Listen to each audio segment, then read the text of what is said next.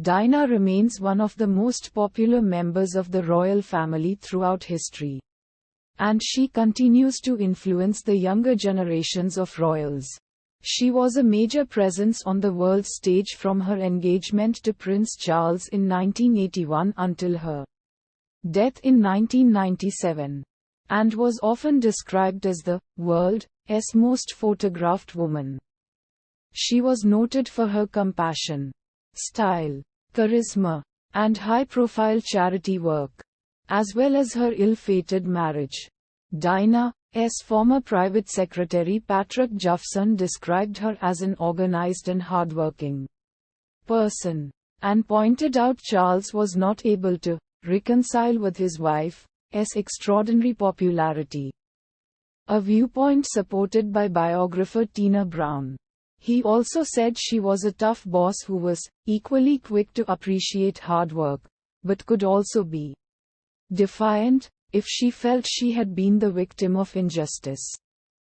Diana's mother also defined her as a loving figure who could occasionally be tempestuous.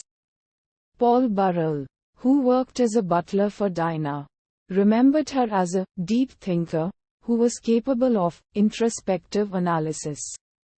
She was often described as a devoted mother to her children, who are believed to be influenced by her personality and way of life. In the early years, Diana was often noted for her shy nature. Journalist Michael White perceived her as being smart, shrewd and funny. Those who communicated with her closely describe her as a person who was led by her heart. In an article for The Guardian, Monica Ali described Diana as a woman with a strong character, who entered the royal family as an inexperienced girl and, despite being uneducated, she could handle their expectations and overcome the difficulties and sufferings of her marital life.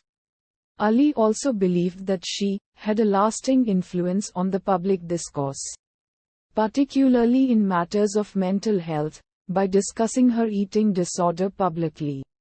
The bulimia started the week after we got engaged and would take nearly a decade to overcome, Diana said. According to Tina Brown, in her early years Diana possessed a passive power, a quality that in her opinion she shared with the Queen Mother and a trait that would enable her to instinctively use her appeal to achieve her goals.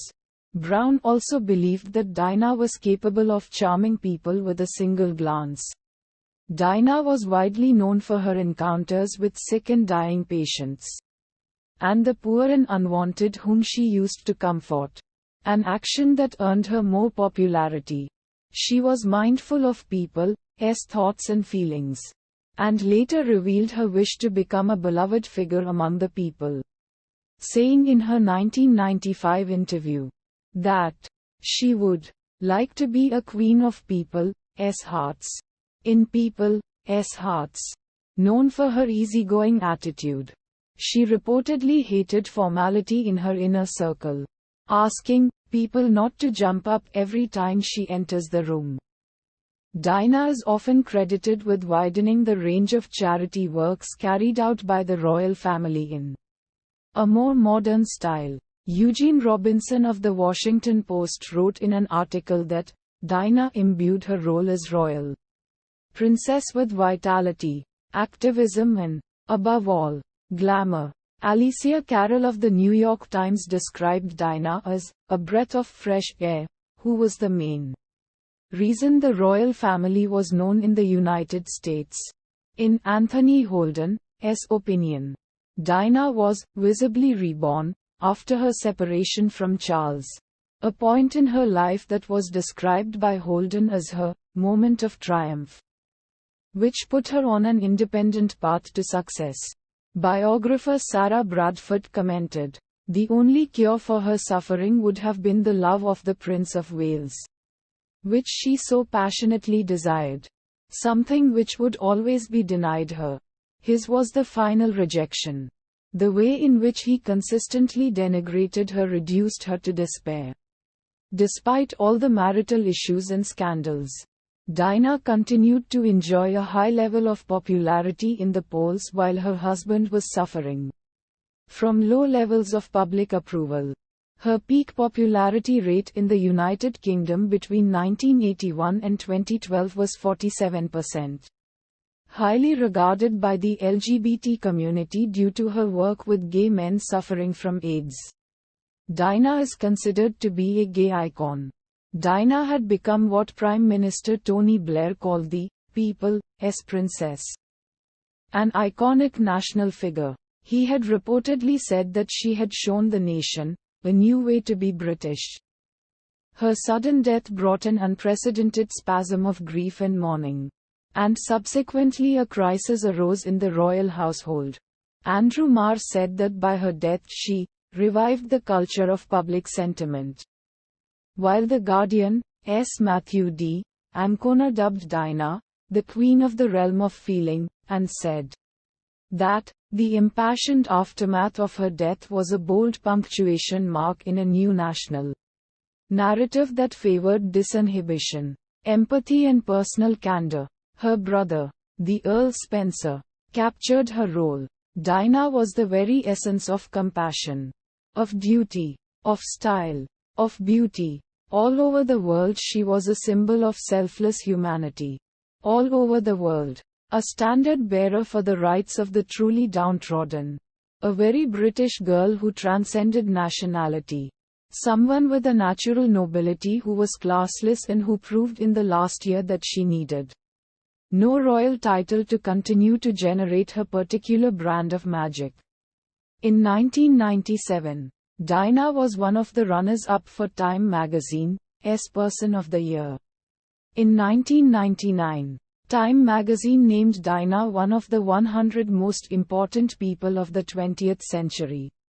In 2002, Diana ranked third on the BBC's poll of the 100 greatest Britons, above the Queen and other British monarchs. In 2003, VH1 ranked her at number 9 on its 200 greatest pop culture icons list, which recognizes the folks that have significantly inspired and impacted American society. In 2006, the Japanese public ranked Diana 12th in the top 100 historical persons in Japan. In 2018, Diana ranked 15th on the BBC History's poll of 100 women who changed the world. In 2020, Time magazine included Diana's name on its list of 100 Women of the Year. She was chosen as the Woman of the Year 1987 for her efforts in stigmatizing the conditions surrounding HIV/AIDS patients. Despite being regarded as an iconic figure and a popular member of the royal family, Diana was subject to criticism during her life. Patrick Juffson, her private secretary of 8 years, wrote in an article in the Daily Telegraph that Diana had an extra quality that frustrated her critics during her lifetime and has done little to soften their disdain since her death. Diana was criticized by philosophy professor Anthony O. Here, who in his notes argued that she was unable to fulfill her duties. Her reckless behavior was damaging the monarchy, and she was self-indulgent in her philanthropic efforts.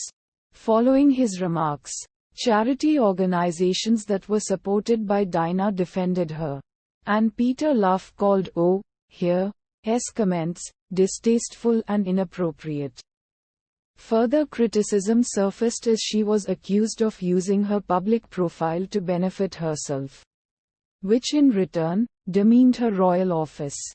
Diana's unique type of charity work, which sometimes included physical contact with people affected by serious diseases, occasionally had a negative reaction in the media.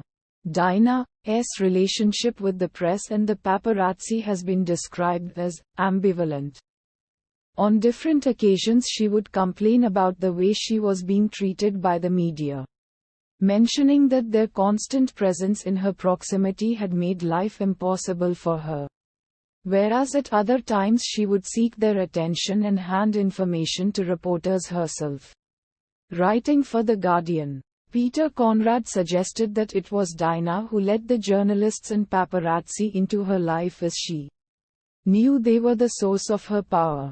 Thus, she overburdened herself with public duties and destroyed the border between private and public life. This view was supported by Christopher Hitchens, who believed that, in pursuit of a personal solution to an unhappy private life, she became an assiduous leaker to the press.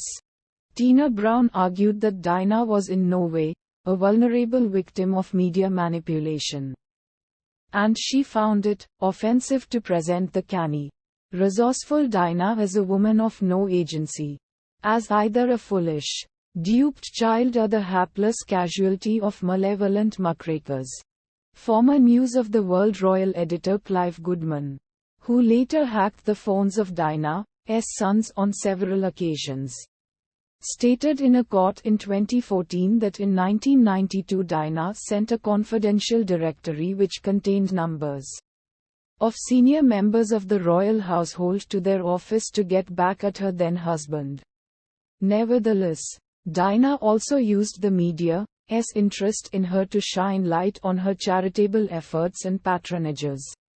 Sally Burdell Smith characterized Dinah as unpredictable, egocentric, and possessive. Smith also argued that in her desire to do charity works, Dinah was motivated by personal considerations, rather than by an ambitious urge to take on a societal problem. Eugene Robinson, however, said that Dinah was serious about the causes she espoused. According to Sarah Bradford, Dinah looked down on the House of Windsor, whom she reportedly viewed as jumped-up foreign princelings, and called them the Germans. Some observers, including Prime Minister Tony Blair, characterized her as a manipulative person. Blair also described Dinah as extraordinarily captivating, but an unpredictable meteor, whose death was a turning point for the monarchy. After her death, it was revealed that Dinah had been in discussion with Blair about a special role that would provide a government platform for her campaigns and charities to make her capable of endorsing Britain's interests overseas. In an article written for The Independent in 1998, journalist Yvonne Roberts observed the sudden change in people's opinion of Dinah after her death, from critical to complimentary, a viewpoint supported by Theodore Dalrymple, who also noticed the sudden shift from cruel personal abuse to absurdly exaggerated respect. Roberts also questioned whether she had achieved anything different from other members of the royal family and added that Dinah was neither a saint nor a revolutionary figure, but may have encouraged some people to tackle issues such as landmines, AIDS and leprosy. While analyzing the impact of Dinah's death and her extraordinary popularity from a gendered point of view, British historian Ludmilla Jordanova said, "To be an ideal, to be living for and on behalf of others is a terrible burden. It makes impossible, irreconcilable emotional demands. No human being can survive the complex forces that impact upon charismatic women." Jordanova also observed that Dinah herself was not anti-establishment, and that is better to remember her by trying to decipher how emotions overshadow analysis and why women are the safeguards of humanitarian feelings. Author Annie Applebaum believed that Dinah has not had any impact on public opinions posthumously, an idea supported by Jonathan Freedland of The Guardian, who also wrote in his article that Dinah's memory and influence started to fade away in the years after her death. While Peter Conrad, another Guardian contributor, argued that even in a decade after her death, she is still not silent. And Alan Massey of The Telegraph described Dinah as the celebrity of celebrities, whose sentiments continue to shape our society. Writing for The Guardian, Monica Ali described Dinah as a one-off, fascinating and flawed. Her legacy might be mixed, but it's not insubstantial. Her life was brief, but she left her mark.